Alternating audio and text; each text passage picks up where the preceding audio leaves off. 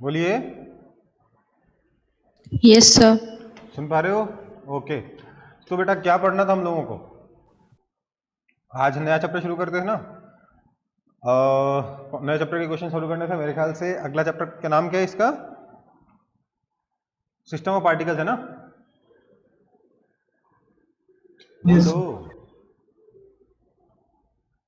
System of particles chapter हमें पढ़ना था, ठीक है। आप तो सब वो भी नहीं कर रहे हो।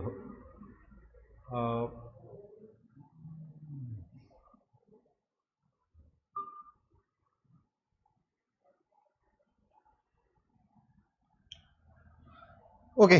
So system of particle chapter पढ़ना था, हम लोग उसके क्वेश्चन सॉल्व कर रहे हैं अब। हम लोग उसके क्वेश्चंस में सबसे पहला क्वेश्चन, आप लोगों का बुक है सबके पास? फर्स्ट क्वेश्चन ये है, a body of mass capital M while falling vertically downwards under gravity breaks into two parts. ठीक है। A body B of mass 1/3m and body C of mass 2/3m. The center of mass of the body B and C taken together shifts compared to that of body A towards. क्या हो जाएगा? It won't shift. क्यों? क्या हुआ? एक object था A, इसके दो टुकड़े हो गए, मतलब एक्सप्लोजन हो गया, इसके दो टुकड़े हो गए, एक B बन गया, एक C बन गया। इसका मास कैपिटल M था, इसका मास हो गया m/3, इसका मास है 2m/3। तो पूछा है कि जब ये टुकड़े होंगे तो सेंटर ऑफ मास किधर शिफ्ट होगा? सी की तरफ शिफ्ट होगा कि बी की तरफ शिफ्ट होगा? जवाब क्या है? शिफ्ट नहीं होगा। क्यों नहीं होगा? क्योंकि एक्सप्लोजन हुआ है, कोई एक्सटर्नल फोर्स नहीं लगा है। कोई एक्सटर्नल फोर्स नहीं लगा तो सेंटर ऑफ मास एक्सेलरेट नहीं करेगा। सेंटर ऑफ मास की जो वेलोसिटी पहले जीरो थी वैसे ही जीरो पड़ी रहेगी। ठीक है। और सॉरी, अगर नीचे गिर रहा था वर्टिकल डाउनवर्ड तो वर्टिकल डाउनवर्ड गिरता रहेगा, क्योंकि उस पर एक्सटर्नल फोर्स एक लग रहा है, mg। एक्सटर्नल फोर्स एक लग रहा है, कौन सा? Gravitational force mg। तो इस वजह से सेंटर ऑफ मास का एक्सेलरेशन कितना हो जाएगा? Force mg upon finally total mass कितना है? m ही रहेगा obviously, that is equal to g। ये रहा एक्सेलरेशन। तो एक्सेलरेशन नीचे की तरफ ही रहेगा। जितना एक्सेलरेशन पहले इस a का था उतना ही एक्सेलरेशन b और c के सेंटर ऑफ मास का रहेगा। सेंटर ऑफ मास शिफ्ट नहीं होगा, जैसे पहले मूव कर रहा था वैसे ही मूव करता रहेगा। समझ में आ गई बात? बेसिक है ना एकदम, सेंटर ऑफ मास का ये। Next, distance of the center of mass of a solid uniform cone from its vertex is z0. Okay. If the radius of the base is r and its height is h, then z0 is equal to, देखो भैया आपको याद होगा शायद, एक solid कोन अगर हो हमारे पास तो उसका सेंटर ऑफ मास इसके बेस से कितनी हाइट पे होता है? अगर इसकी टोटल हाइट h है तो ये हाइट होती है कितनी? किसी को याद है? h/4 होती है। ठीक है, h/4 होती है। अब if the radius of base is r and height is h, then z0 is, z0 कितना है? वर्टेक्स इसका डिस्टेंस, ये डिस्टेंस आपका z0 है। तो z0 कितना हो जाएगा? h minus h/4, that is equal to 3h/4। तो ये आपका ऑप्शन बी करेक्ट आंसर है। इसमें आपको ये सोचने की जरूरत नहीं है कि रेडियस कितना है। रेडियस से सेंटर ऑफ मास के लोकेशन पे कोई फर्क नहीं पड़ेगा। वर्टेक्स से डिस्टेंस कितना होगा? 3h/4, और बेस के सेंटर से कितना डिस्टेंस होगा? h/4। समझ में आ गई बात? Next question 3. A circular disk of radius r is removed from a bigger circular disk of radius 2r such that the circumference of the disk coincide. Circumference coincide कर गया, okay? ठीक है। The center of the mass of the new disk is alpha r from the center of the bigger disk. The value of alpha is, देखो भैया क्या बोलना चाह रहा है ये बोलना चाह रहा है कि हमारे पास एक बड़ा डिस्क है जिसका रेडियस है 2r। इसमें से हम लोगों ने एक छोटा डिस्क काट के हटा दिया, मतलब centre of mass of cavity पढ़ाया था ना, उसका फंडा है ये। तो हमने एक छोटा डिस्क काट के हटा दिया, बोला circumference of the disc coincide. देखो सर्कमफ्रेंस कोइंसाइड तो कर नहीं सकते क्योंकि दोनों का सर्कमफ्रेंस अलग अलग साइज का है। कोइंसाइड का मतलब बोलना चाह रहा है कि दोनों का सर्कमफ्रेंस आपस में टच कर रहा है। तो इसलिए जो छोटा डिस्क जिसको हमने काट के हटाया है वो कुछ ऐसा होगा, उसका रेडियस r है। इस तरीके का डिस्क हमने काट के हटा दिया, जो मैंने ब्लू वाला डिस्क बनाया ना, इसको काट के हटा दिया। मतलब कि अब जो मास है इस डिस्क का वो सिर्फ इतने ही वो एरिया में है। यहां ब्लू वाले डिस्क के पोजीशन पे कोई मास नहीं है। ठीक है, तो मुझे बताना है कि इस कटे हुए डिस्क, मतलब ये जो अब जो बचा हुआ डिस्क है, इसका centre of mass originally 2r radius का जो डिस्क है उसके सेंटर से कितने डिस्टेंस पर है। सबसे पहले मुझे ये बताइए, इस डायग्राम में सेंटर ऑफ मास की पोजीशन इसके सेंटर से लेफ्ट में होगी कि राइट में होगी? मुझे इस चीज का आंसर दीजिए पहले आप लोग फटाफट। लेफ्ट में। लेफ्ट में होगी। क्यों? क्योंकि राइट से मास हटा दिया तो सेंटर ऑफ मास लेफ्ट में शिफ्ट हो जाएगा, है ना। तो हमने राइट से मास हटाया इसलिए सेंटर ऑफ मास लेफ्ट में शिफ्ट होगा। मैंने बोला लेट्स से सरफेस मास डेंसिटी जो है वो सिग्मा है, ठीक है, और मैंने बोला let's say sigma into pi R square जो है ये आपका m है। ठीक, तो sigma into pi times 4r sorry 2r का होल स्क्वायर कितना हो जाएगा? 4m हो जाएगा। ये मैंने माना है तो ये हो जाएगा, है ना। तो मैंने बोला लेट से इस जब पूरा डिस्क था, जब उसमें से कुछ काट के नहीं हटाया गया, तो इसका मास 4m है। जो डिस्क हटा दिया गया उसका मास कितना है? m, तो बचा मास कितना? 3m। मुझे उससे मतलब नहीं है। मैं क्या बोलता हूं कि यहां पर आपका सरफेस मास डेंसिटी यहां पर सिग्मा है और आप बोलते हो यहां पे 0 है, लेकिन मैं कहता हूं यहां 0 नहीं है। मैं बोलता हूं यहां सिग्मा प्लस माइनस सिग्मा है ना। तो बेसिकली यहां पर मेरे पास दो मासेज हैं, एक पॉजिटिव और एक नेगेटिव। अगर मैं इस सिग्मा को इस सिग्मा के साथ जोड़ दूं तो ओवरऑल मेरे को पूरा 2r रेडियस का डिस्क मिल जाएगा, जिसका मास कितना हो जाएगा? 4m। तो वो जो 4m है उसका सेंटर ऑफ मास कहां रखा है? इस बड़े वाले डिस्क के सेंटर पे, यहां पे रखा हुआ है 4m। और ये जो ब्लू डिस्क मैंने बनाई है, जो नेगेटिव मास की डिस्क बनाई है, इसका मास कितना हो जाएगा? -m हो जाएगा, क्योंकि नेगेटिव सिग्मा है। तो ये डिस्टेंस कितना है बेटा? ये r है, क्योंकि इस छोटे वाले डिस्क का रेडियस r है। यहां तक किसी को डाउट हो तो मुझे बता दो। सर ये वाला फिर से एक्सप्लेन कर दीजिए। देखो मैंने कहा लेट से जो काटने से पहले जो सरफेस मास डेंसिटी था वो सिग्मा था, तो काटने के बाद भी सिग्मा ही रहेगा, जो बचा हुआ पोर्शन है उसका, है ना।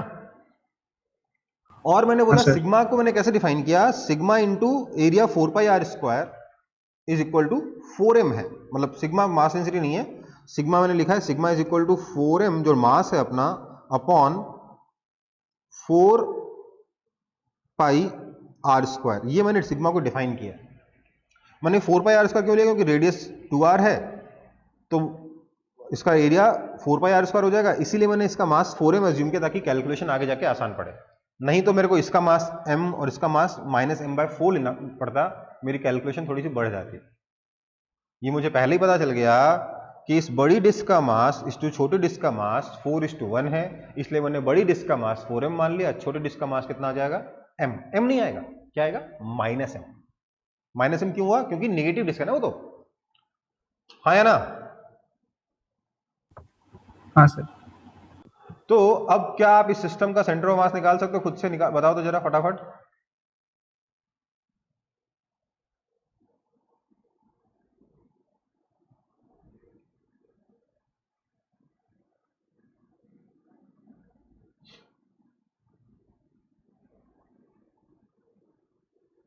फटाफट बोलो, निकाल सकते हो कि नहीं?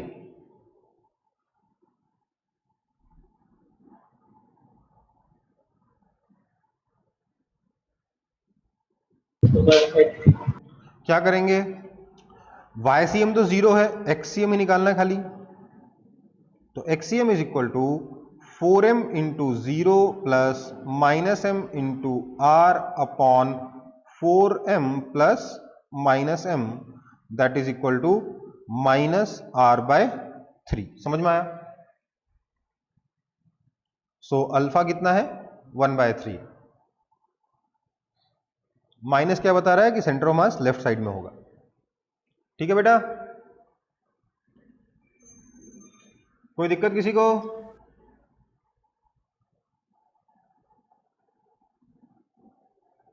हो तो बताओ। ये वाला पोर्शन क्लियर है ना?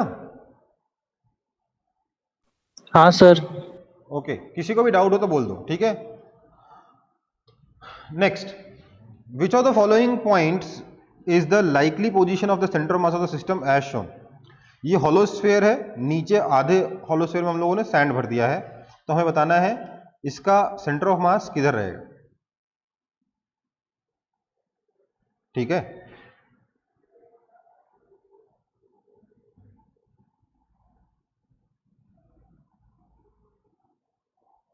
ये क्या R/1 है और ये R/2 है, ऐसा कैसे हो सकता है? दोनों R/2 होगा ना, ये R/2 होगा बेटा, ठीक है।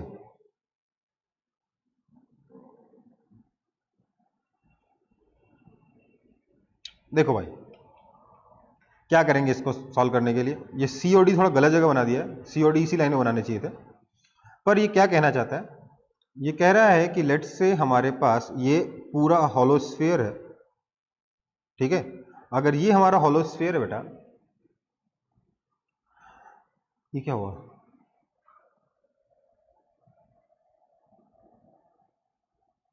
एक सेकंड बेटा।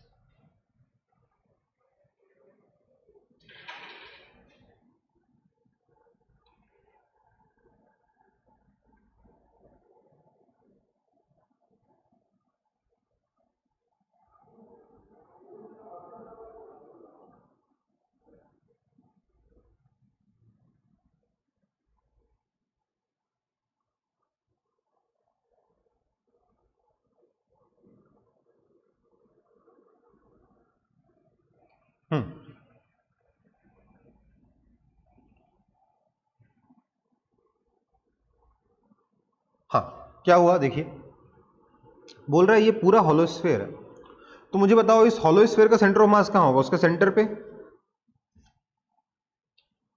होलोस्फीयर का सेंटर ऑफ मास कहां होगा? अरे क्या हो रहा है यार ये,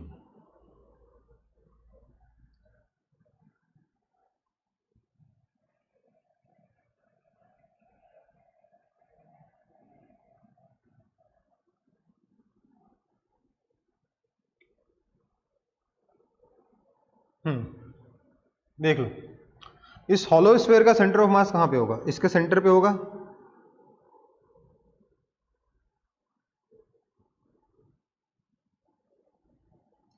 और नीचे होलोस्फीयर के साथ साथ नीचे सैंड का सॉलिड स्फीयर है, सैंड का सॉलिड स्फीयर कहां होगा, उसके,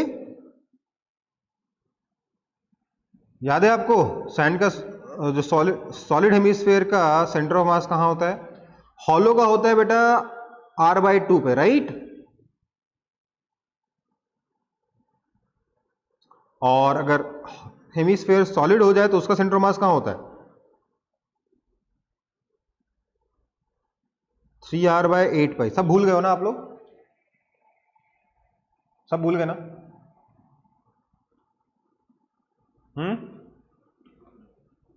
बोलो, भूल गए ना? तो बेसिकली ये जो कंप्लीट होलोस्फीयर है उसका सेंटर ऑफ मास तो सेंटर पे है, और नीचे वाला जो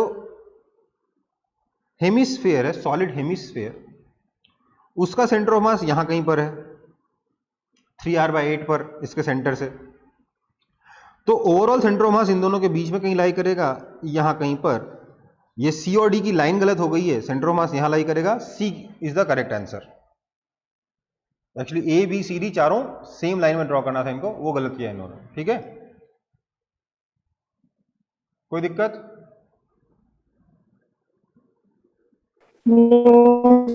समझ में आया सबको?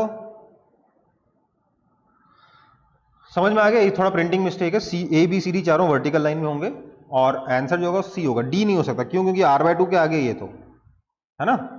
और सॉलिड इस हेमिस्फीयर का सेंटर ऑफ मास कहां होता है, याद होना चाहिए 3R/8 पे। हॉलो का कहां होता है, R/2 पे, याद होना चाहिए। किस किस को याद था बताइए तो जरा, हैंड रेज करके बताइए तो। किसी को याद नहीं था तो ये क्वेश्चन कैसे सॉल्व होगा?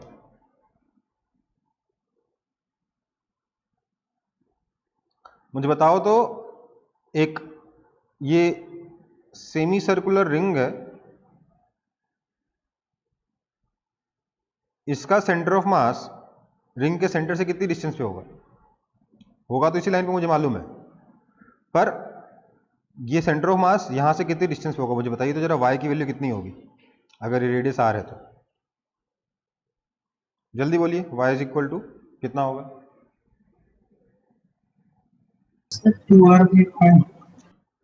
2r बाय पाई होगा। अगर मैं इसको रिंग की जगह डिस्क कर दूं तो क्या हो जाएगा? मतलब सेमी सर्कुलर डिस्क हो जाएगा, तो y की वैल्यू कितनी हो जाएगी?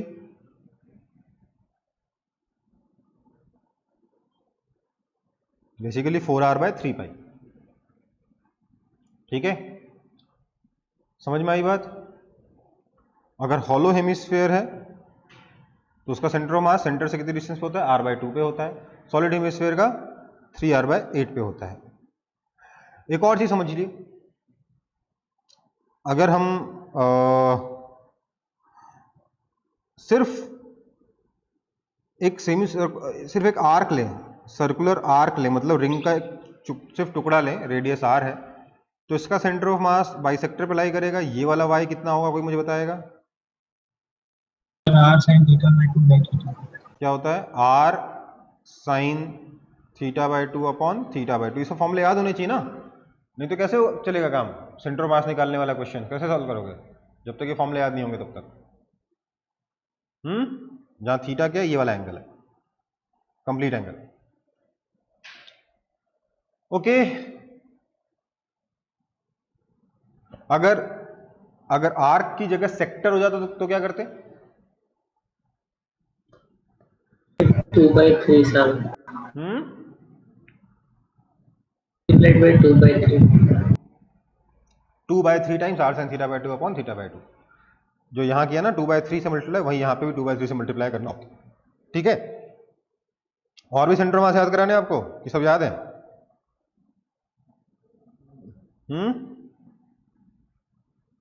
क्या हो रहा है? फिर क्रैश हो गया।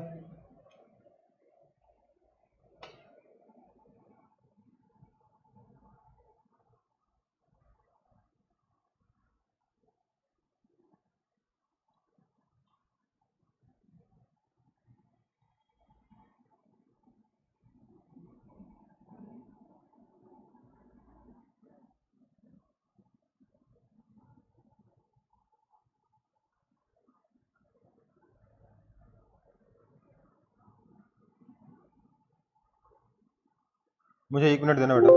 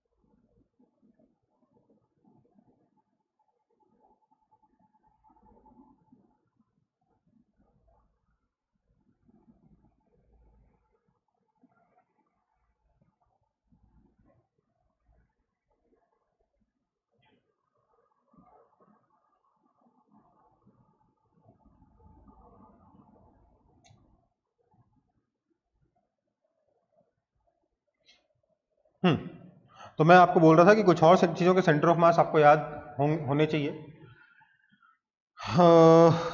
जैसे कि, अरे मैं कुछ क्या बोलने वाला था, डिस्क का बता दिया था, सेंटर ऑफ मास बता दिया था।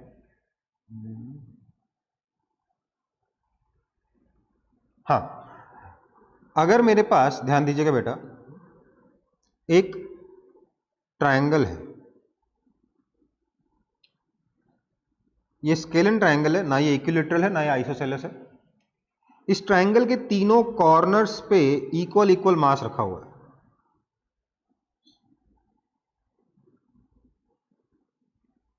m m और m।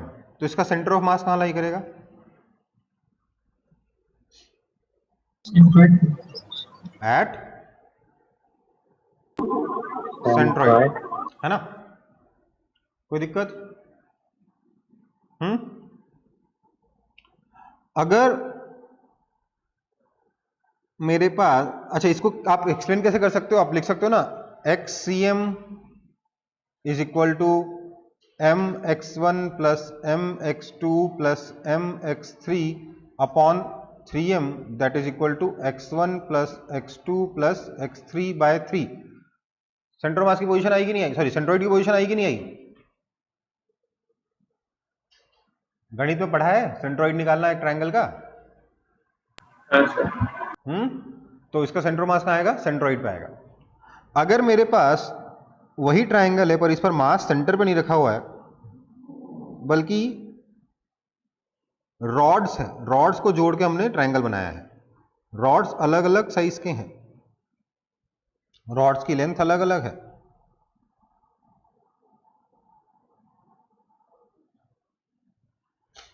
ठीक है, लेकिन क्या हुआ, तीनों रॉड्स का मास इक्वल है, m m m। Lambdas are different, mass are same, different lengths same mass. तो इसका सेंटर ऑफ मास कहां लाई करेगा? कोई बता सकता मुझे? बोलिए।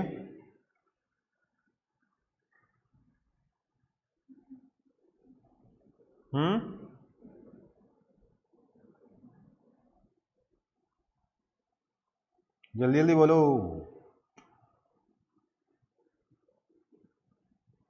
देखो, लेट्स से इसकी पोजीशन है x1 कॉमा y1, इसकी पोजीशन है x2 कॉमा y2, इसकी पोजीशन है x3 कॉमा y3।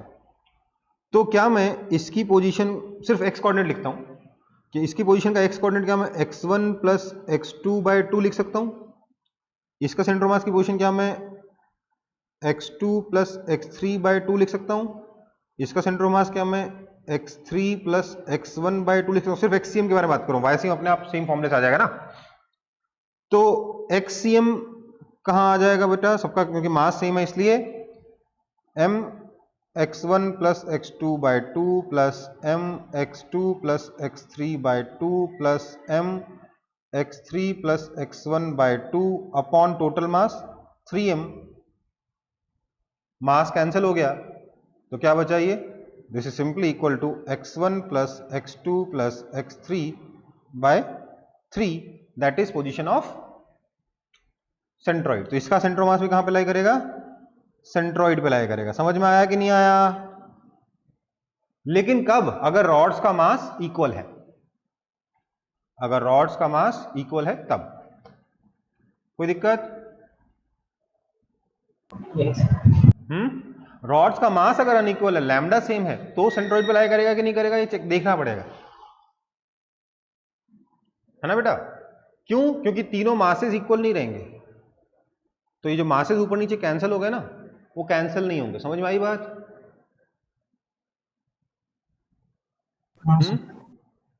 हाँ या ना? हाँ सर। कोई दिक्कत?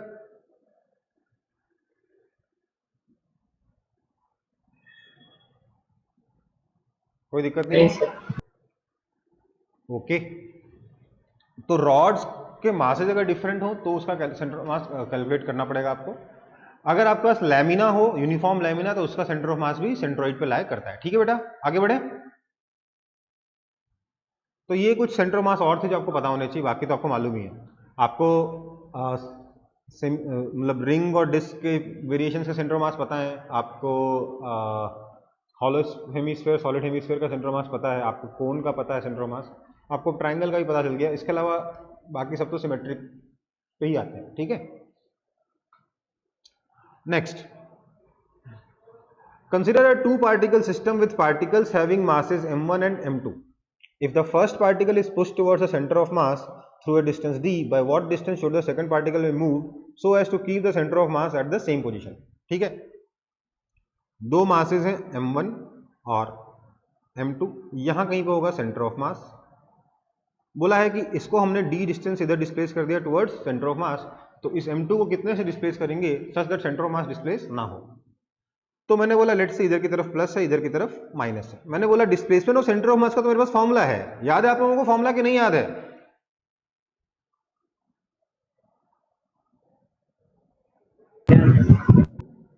है ना?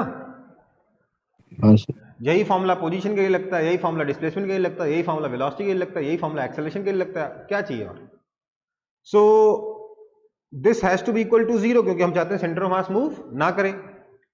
This implies m1 into s1 कितना है plus d, plus m2 into s2 निकालना है upon m1 plus m2 is equal to 0।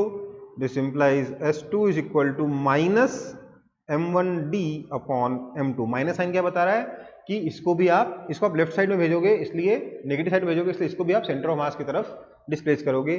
तो m1d अपॉन m2 या minus m1d upon m2 is your correct answer. ठीक है,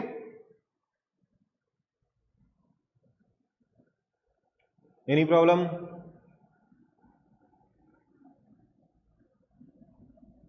एनी प्रॉब्लम?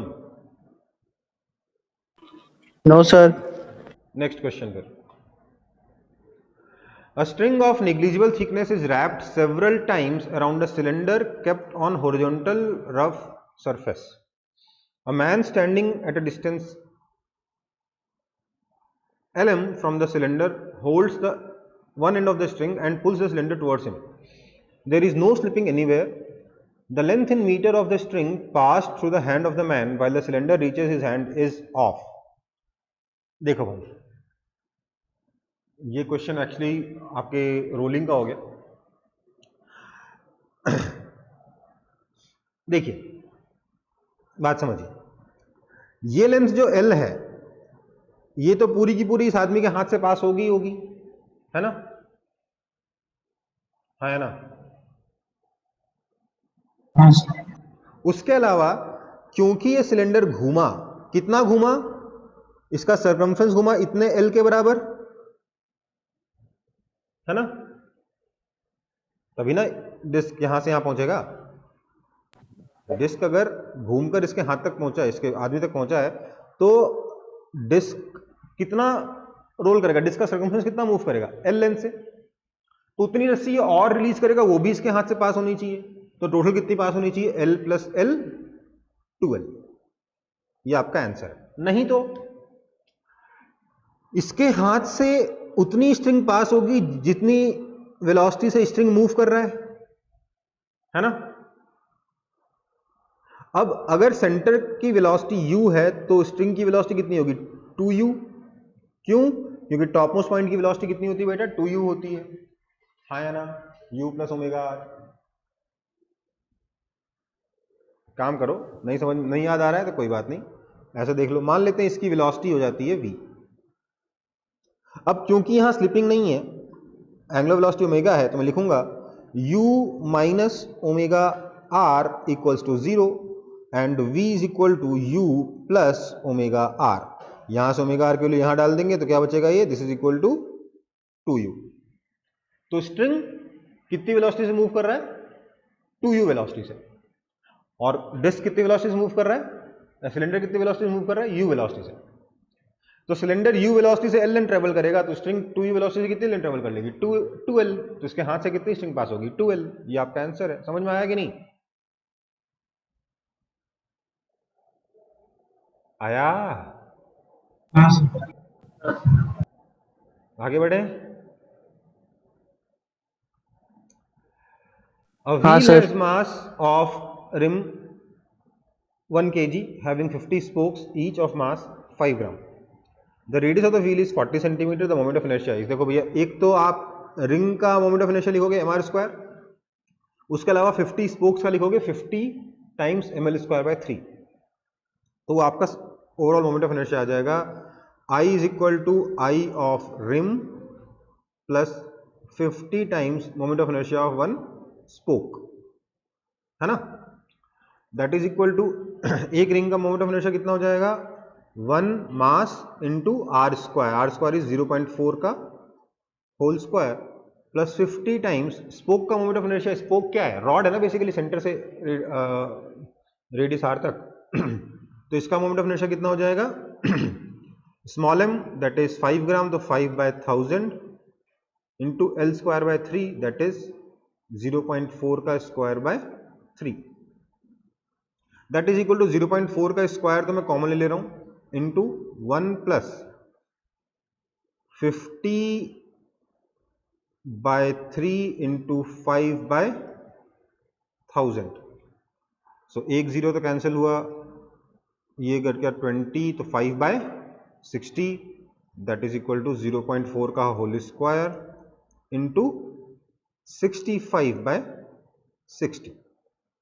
ठीक है, 0.4 स्क्वायर कितना होता है, 0.16 इंटू 65/60, तो करीब 10% और ज्यादा, तो 0.173, ऑप्शन सी। समझ में आया? हाँ सर। इजी, मेरे ख्याल से इजी है।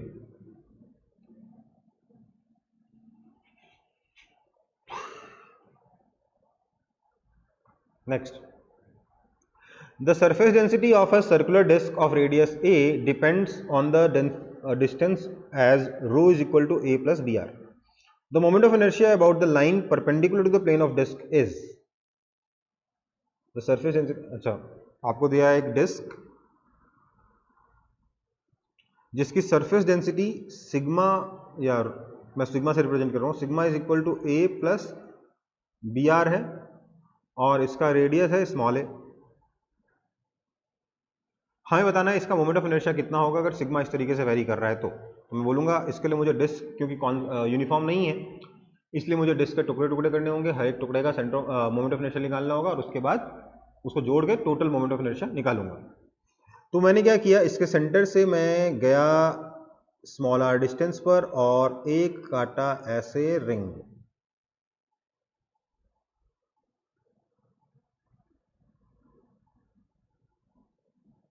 रिंग का मास dm हो जाएगा sigma into D A, that is equal to sigma है a plus B R into D A कितना हो जाएगा, बताइए तो जरा, डी ए कितना होगा इसका, डी हो जाएगा 2 pi small R D R, क्योंकि थिकनेस इसकी कितनी ली है मैंने, डी आर ली है, ये तो पता है, बचपन से कर रहे हो, बार बार कर रहे हो। तो ये डीएम आ गया। अब मैं इसका लिखूंगा moment of inertia D I, D I हो जाएगा डीएम टाइम्स आर स्क्वायर, क्योंकि रिंग है, that is equal to 2 pi तो पूरा कॉमन आ गया, A R cube plus B R to power 4 D R, ये आ गया आपका डी आई। इसको इंटीग्रेट करोगे कहां से कहां तक, 0 से आई, यहां पर small r is equal to 0 से ए, ये आपका आंसर आएगा। ठीक है, कोई दिक्कत? नहीं सर। इसको सॉल्व तो कर लोगे आराम से आप। मेरे ख्याल से इसका आंसर आएगा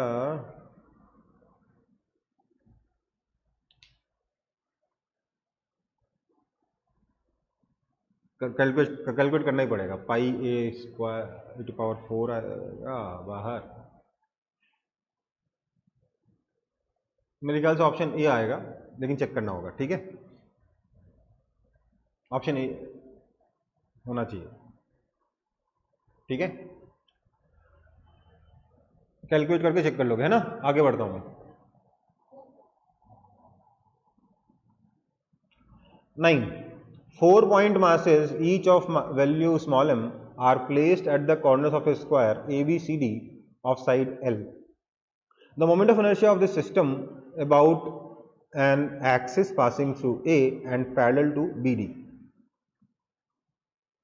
एक स्क्वायर है जिसका साइड लेंथ है L, इस स्क्वायर के चारों कॉर्नर्स पे एक एक मास रख दिया हमने m,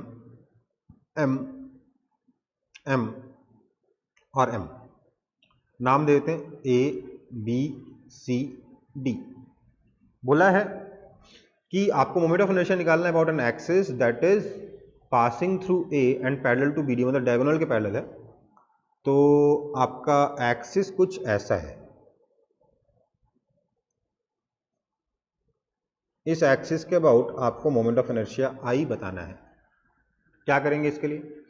मैं बोलूंगा इसके लिए मैं पहले moment of inertia about this axis निकालूंगा।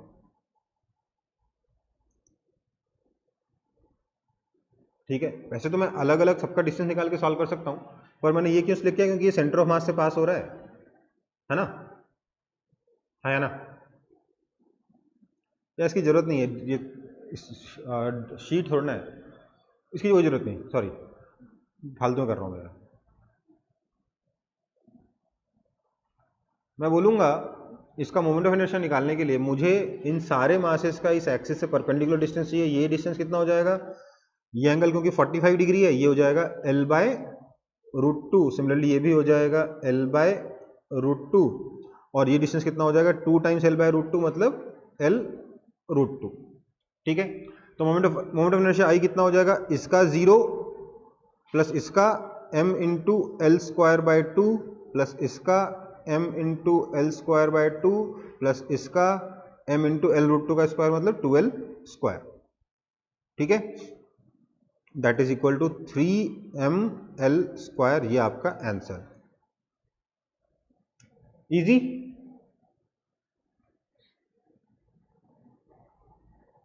इजी है ना? हाँ सर। चलो आगे बढ़ते हैं।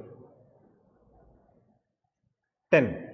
The ratio of radii of gyration of a circular disc and a circular ring of the same radius about a tangential axis perpendicular to plane of disc or ring is.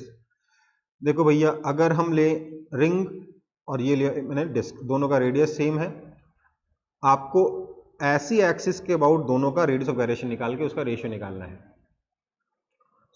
Circular disc का ring के साथ, मतलब इसका I2 मान लेते हैं, इसका I1 मान लेते हैं। मुझे निकालना है कि I2 अपॉन I1 कितना है। तो मैं लिखूंगा I1 कितना है बेटा?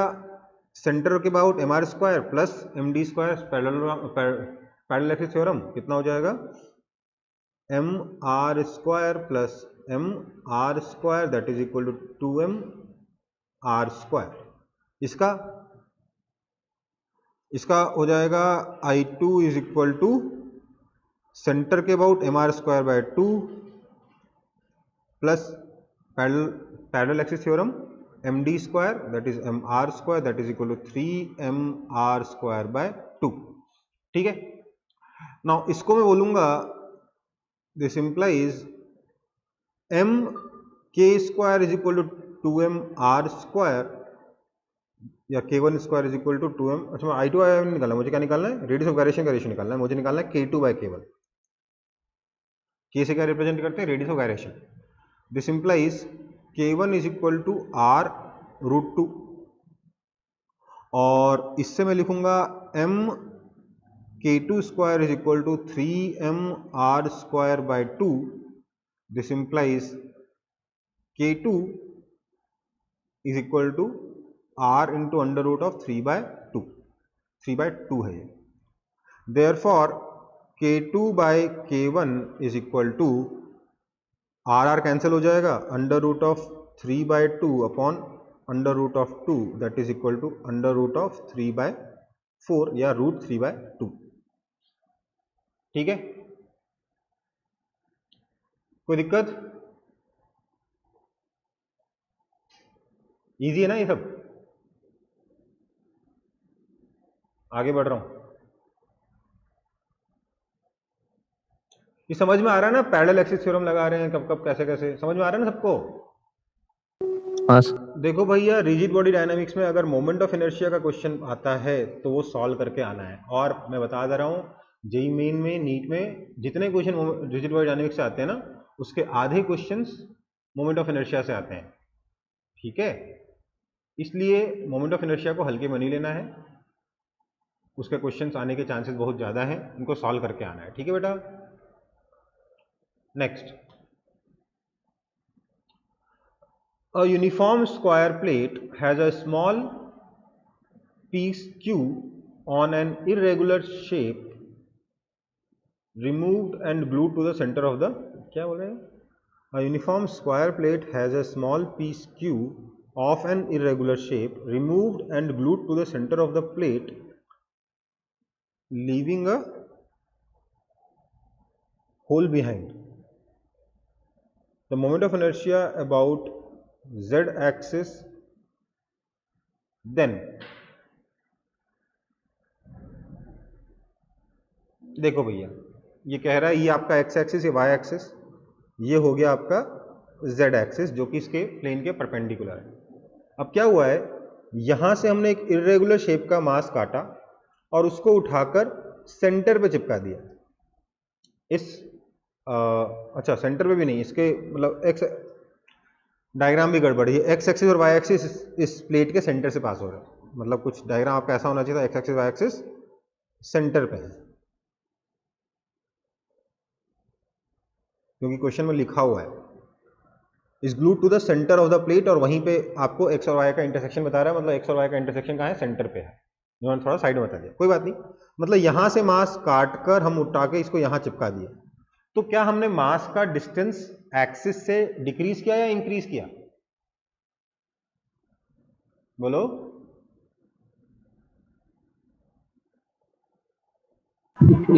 डिक्रीज किया. तो मोमेंट ऑफ इनर्शिया इंक्रीज होगा कि डिक्रीज होगा?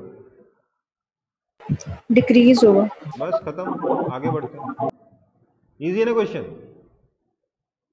डायग्राम सही नहीं बनाते इसलिए कंफ्यूज करते हैं. ठीक है,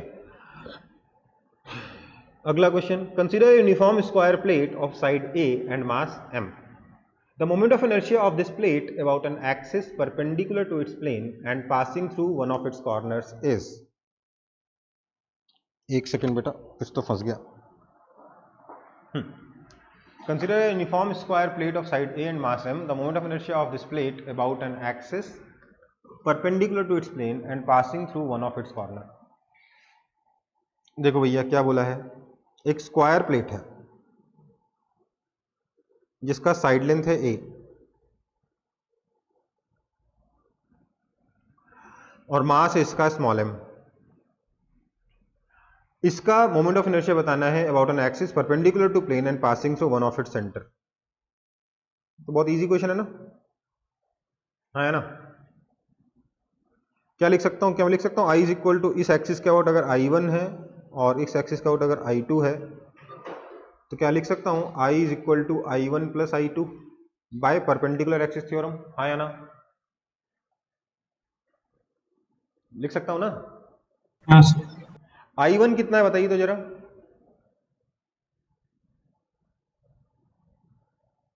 क्या मैं इसको ma स्क्वायर बाय 3 बोल सकता हूं? ये सब करवाया हुआ है भाई. हाँ सर. कैसे बोला हमने? क्योंकि ये इस एक्सिस के about this is just like a rod.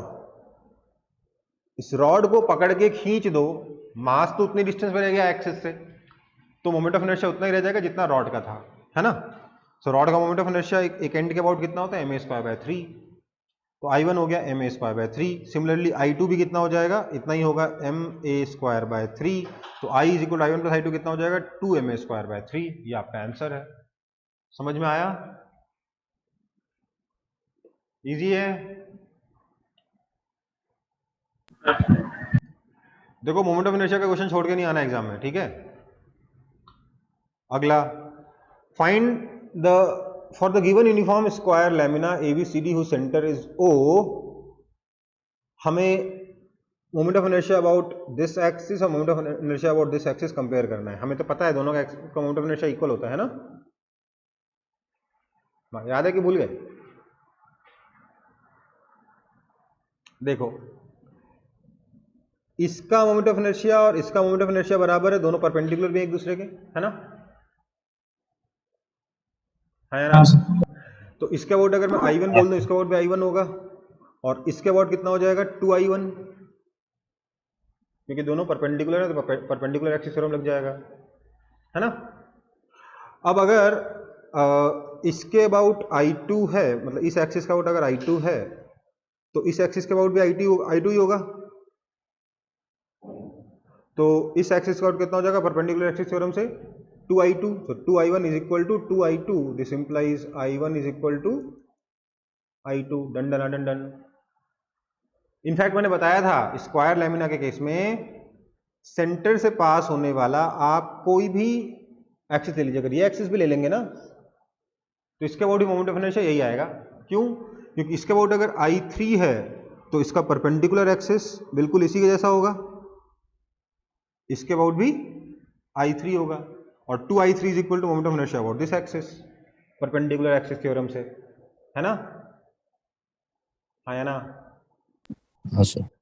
तो अगर आपका स्क्वायर लैमिना, ये सिर्फ और सिर्फ स्क्वायर लैमिना के लिए काम करता बता देता हूं, और किसी के लिए काम नहीं करेगा। अगर हमारे पास स्क्वायर लैमिना है तो मोमेंट ऑफ इनर्शिया क्या हो जाएगा बेटा? मोमेंट ऑफ इनर्शिया क्या हो जाएगा? किसी भी एक्सिस का जो सेंटर से पास हो रहा है और आपके लैमिना के प्लेन में लाई कर रहा है, उन सारी एक्सिस का और मोमेंट ऑफ इनर्शिया सेम रहेगा। ठीक है, कोई दिक्कत? कोई दिक्कत? ओके। अच्छा, मुझे एक चीज बताओ, अगर मेरे पास रेक्टेंगुलर लैमिना हो, क्लास 11 से मैंने शायद इस पे ज्यादा ध्यान नहीं दिलवाया था आप लोगों का, अगर मेरे पास रेक्टेंगुलर लैमिना है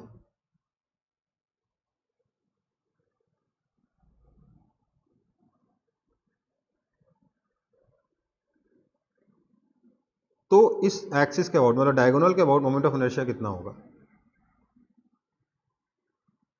ये आपका A है, ये B है, तो ऑब्वियसली ये B हो जाएगा, ये A हो जाएगा। मास लेट से M है।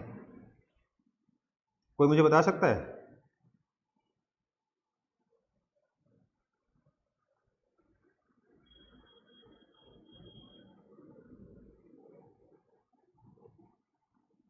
देखो, इसके लिए क्या करेंगे ना, नहीं डायरेक्टली नहीं बोलेंगे, उसके पीछे कारण समझा देता हूं, हो सकता है वो गलत भी हो आंसर। मान लेते ये मेरे पास एक आपका स्क्वायर लैमिना है जिसका साइड लेंथ L है। तो ये एक ट्रायंगल है, दूसरा ट्रायंगल, दोनों को मिलकर बन रहा है ना, इसका मोमेंट ऑफ इनर्शिया प्लस इसका मोमेंट ऑफ इनर्शिया, है ना? अगर ये साइड लेंथ L है तो ये कितना है, कोई मुझे बताएगा? इसको मैं P बोल देता हूं, क्या मैं बोल सकता हूं? Perpendicular P is equal to L/√2। और इसका और मोमेंट ऑफ इनर्शिया I कितना होता है, किसी को याद है?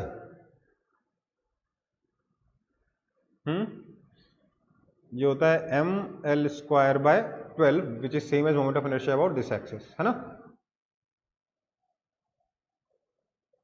हाँ या ना? भूल गए?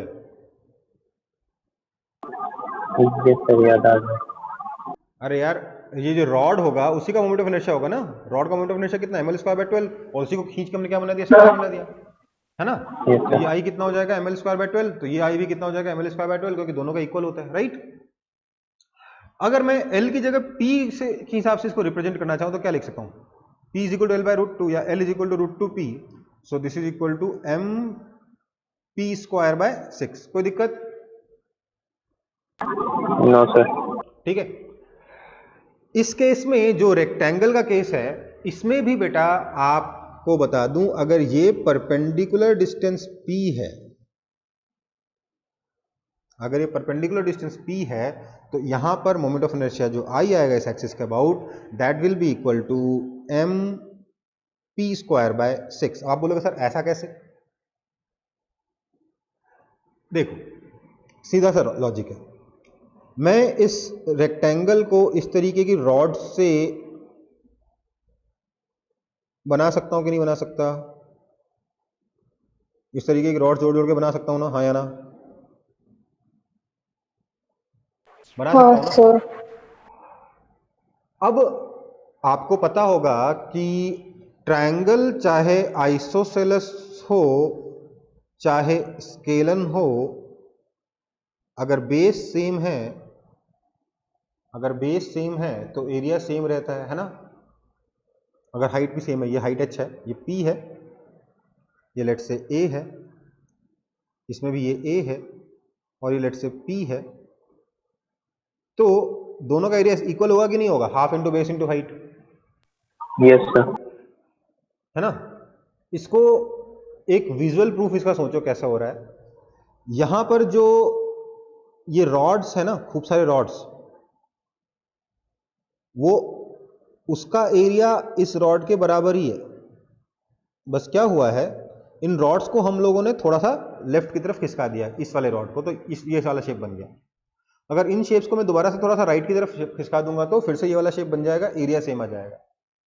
और क्योंकि यहां पर इस ट्रायंगल को अगर आप देखोगे तो इन रॉड्स को उधर खिसकाने से मेरे को ये वाला ट्रायंगल मिल जाएगा, ये वाला ट्रायंगल मिल जाएगा जिसका परपेंडिकुलर डिस्टेंस p है ना। पर और वो p चेंज नहीं होगा, मतलब सिर्फ मैंने इनको इधर की तरफ शिफ्ट किया हल्का हल्का। जितने भी मेरे को रॉड्स दिख रहे हैं ना, सबको मैंने सही प्रोपोर्शन में हल्का सा शिफ्ट किया है, ठीक है, टू फॉर्म दिस शेप। क्योंकि ये वाला एरिया और ये वाला एरिया तो सेम ही है, हाँ या ना?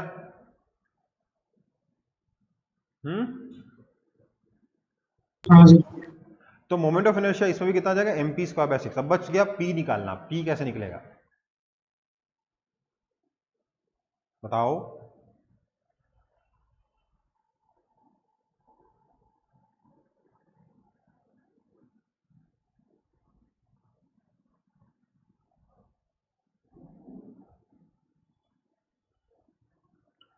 क्या मैं लिख सकता हूं P इज इक्वल टू, अगर ये एंगल थीटा है तो P is equal to B cos theta, और तो ये 90 डिग्री माइनस थीटा हो जाएगा। तो ये भी लिख सकता हूं P is equal to A sine theta. This implies P square by B square plus P square by A square is equal to 1। This implies P square is equal to A square B square upon A square plus B square, ठीक है। ये value जब आप यहां डालोगे तब आपको moment of inertia मिलेगा। समझ में आई बात?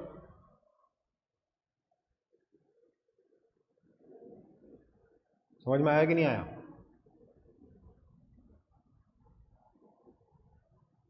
हाँ सर।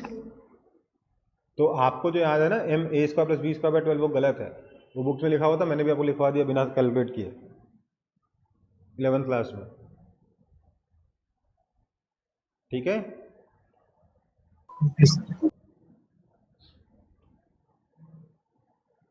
आगे बढ़े। सर वो फॉर्मूला कभी यूज नहीं करेंगे क्या सर, वो वाला फॉर्मूला कभी यूज नहीं करेंगे क्या बोल रहे हो? Sir. M A square plus B square by 6 वाला formula. A square plus B square, बेटा P की वैल्यू देखो, A square B square upon A square plus B square आ रहा है ना, P स्क्वायर की वैल्यू वो डालोगे ना यहाँ पे। हाँ सर।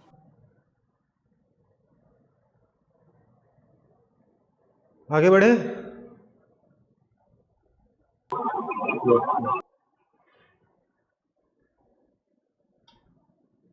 चलो, question number 14, a solid sphere of radius capital R has moment of inertia I about its geometric axis. It is melted into a disk of radius small r and thickness t. If its moment of inertia about the tangential axis which is perpendicular to the plane is also I, then the value of small r is equal to, देखो भैया ये small r दे रखा है आपको, तो देखो यार अगर ये स्मॉल r है तो मोमेंट ऑफ इनर्शिया कितना हो जाएगा? I इज इक्वल टू हो जाएगा m into small r square by 2 plus m into small r square, that is equal to 3m small r square by 2। and this moment of inertia is equal to original moment of inertia of the solid sphere, that is 2 by 5 mr square। तो दोनों को compare कर देंगे तो क्या बोलेंगे? 3 mr square m small r square by 2 is equal to 2/5 mr², क्योंकि mass तो चेंज होगा नहीं, mass mass cancel. This implies small r is equal to 4/15r √4/15r, तो 2/√15। ठीक है, सर ये वाला खुद का बता दो। क्या सर वाला और ऊपर आपकी आवाज एकदम नहीं आ रही बेटा।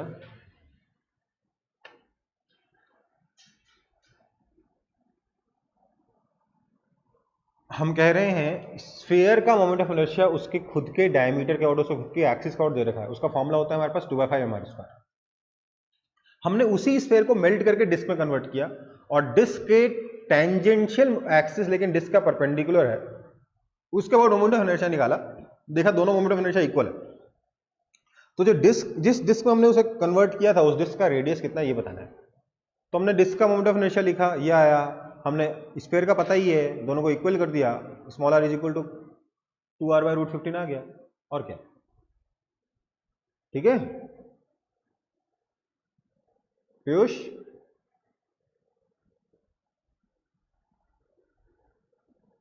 नहीं समझ में आया तो बोलो, वापस समझाओ। Okay, the moment of inertia of a system of 4 rods each of length L and mass m about the axis shown।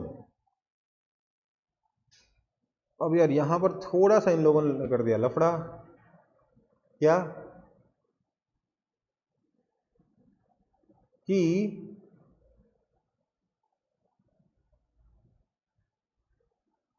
ये स्क्वायर है और ये इसके परपेंडिकुलर है या क्या है, ठीक से बताया नहीं।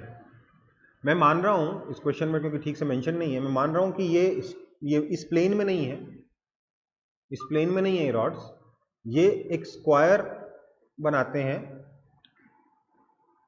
चारों रॉड्स मिलकर एक स्क्वायर बना रहे हैं,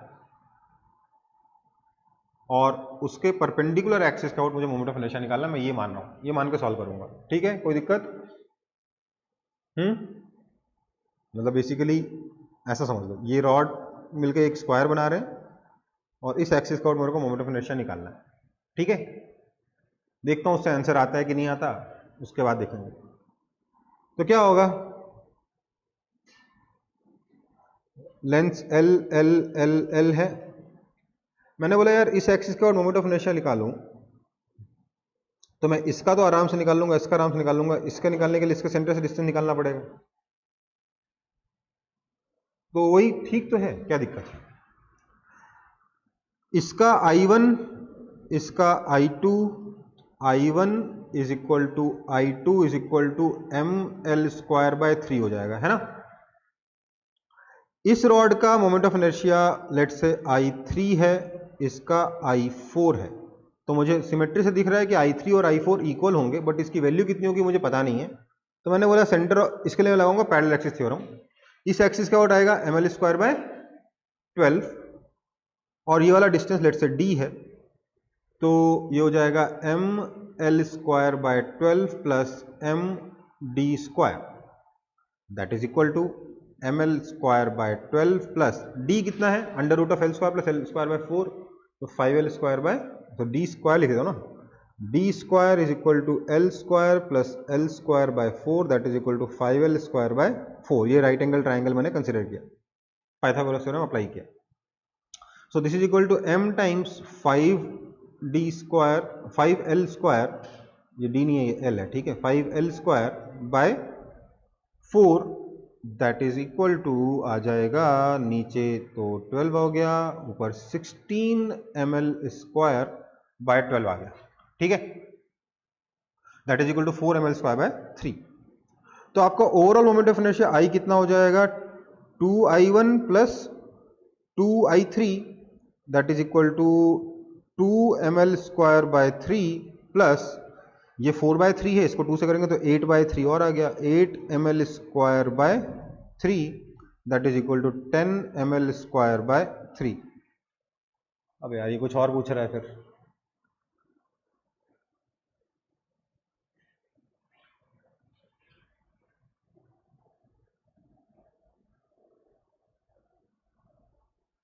तो शायद ये क्योंकि क्वेश्चन में ठीक से मेंशन नहीं बेटा, इसलिए कंफ्यूजन हो रहा है। तो मैं बता रहा हूँ क्या पूछना चाह रहा है। ये पूछना चाह रहा है आपका, ये स्क्वायर रॉड्स हैं, मतलब स्क्वायर बना रहे हैं रॉड्स मिलके,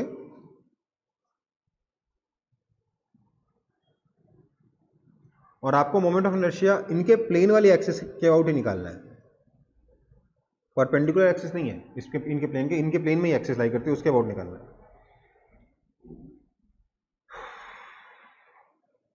तो कैसे निकालेंगे, कोई बताएगा मुझे?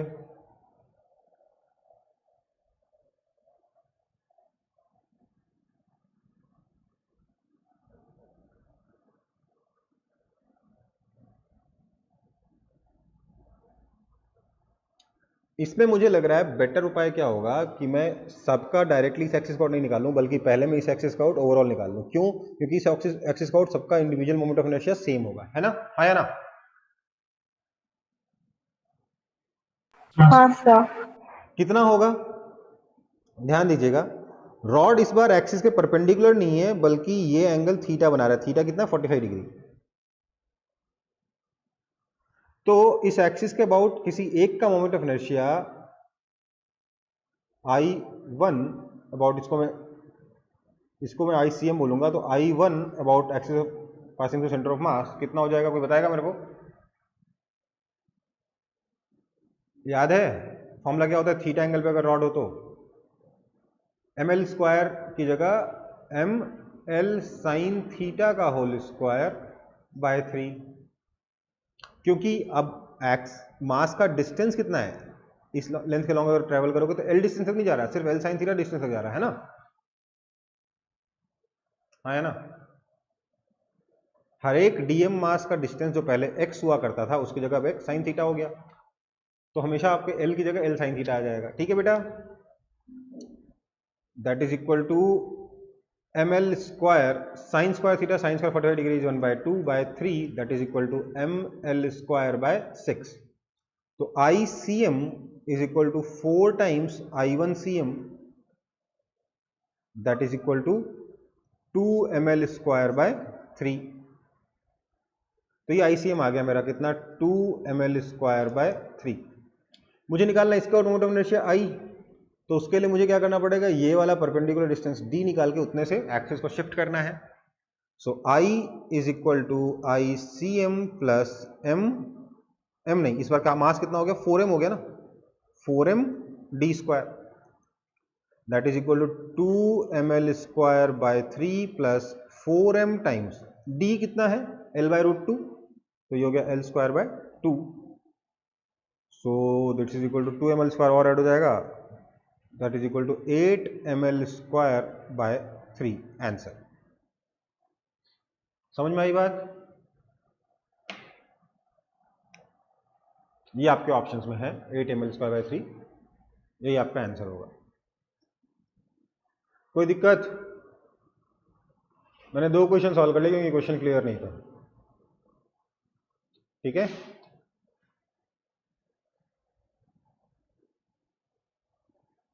आगे बढ़े। हाँ sir.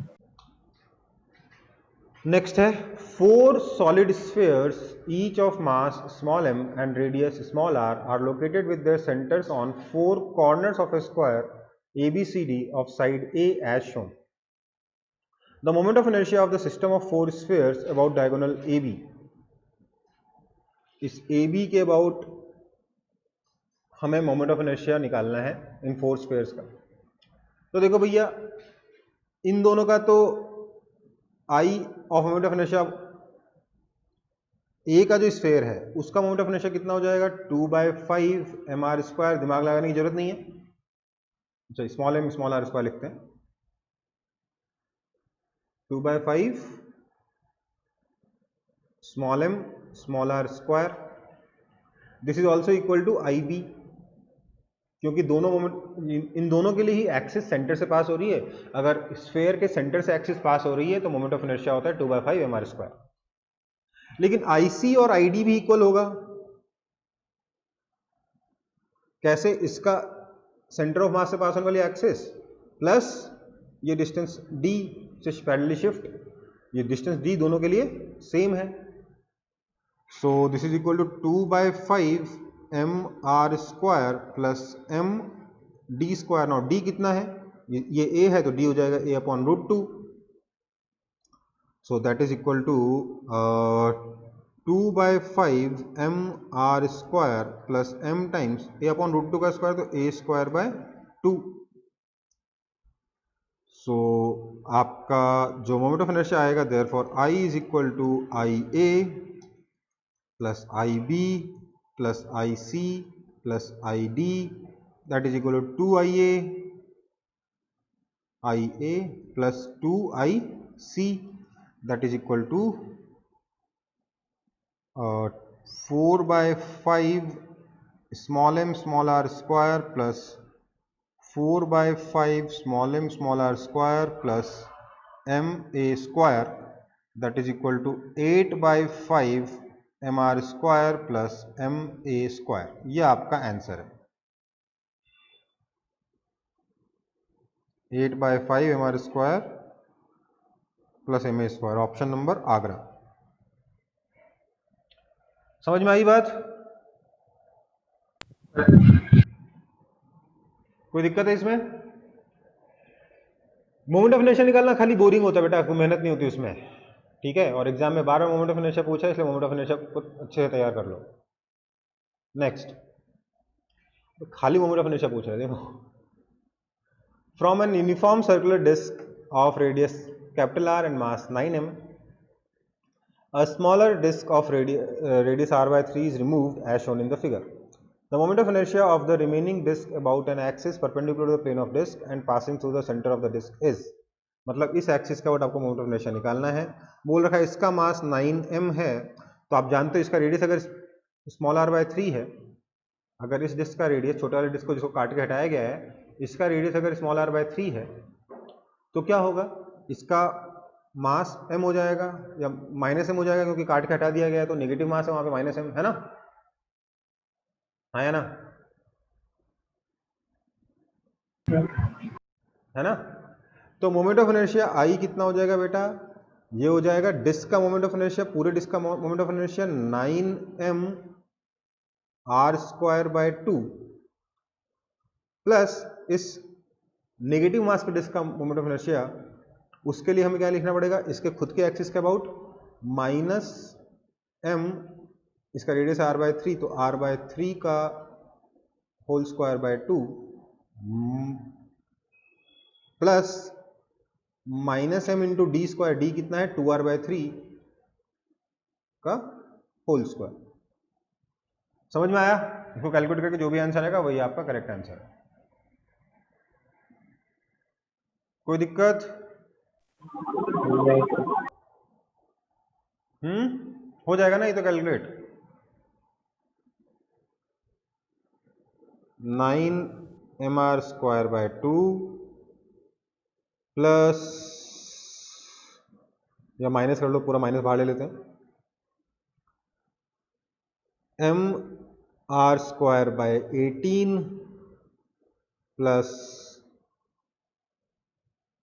4mr square by 9 that is equal to 9mr square by 2 minus नीचे रह गया 18, ऊपर रह गया 9mr square that is 1/2, so this is equal to 4mr square. Option A is your correct option. समझ में आया कि नहीं?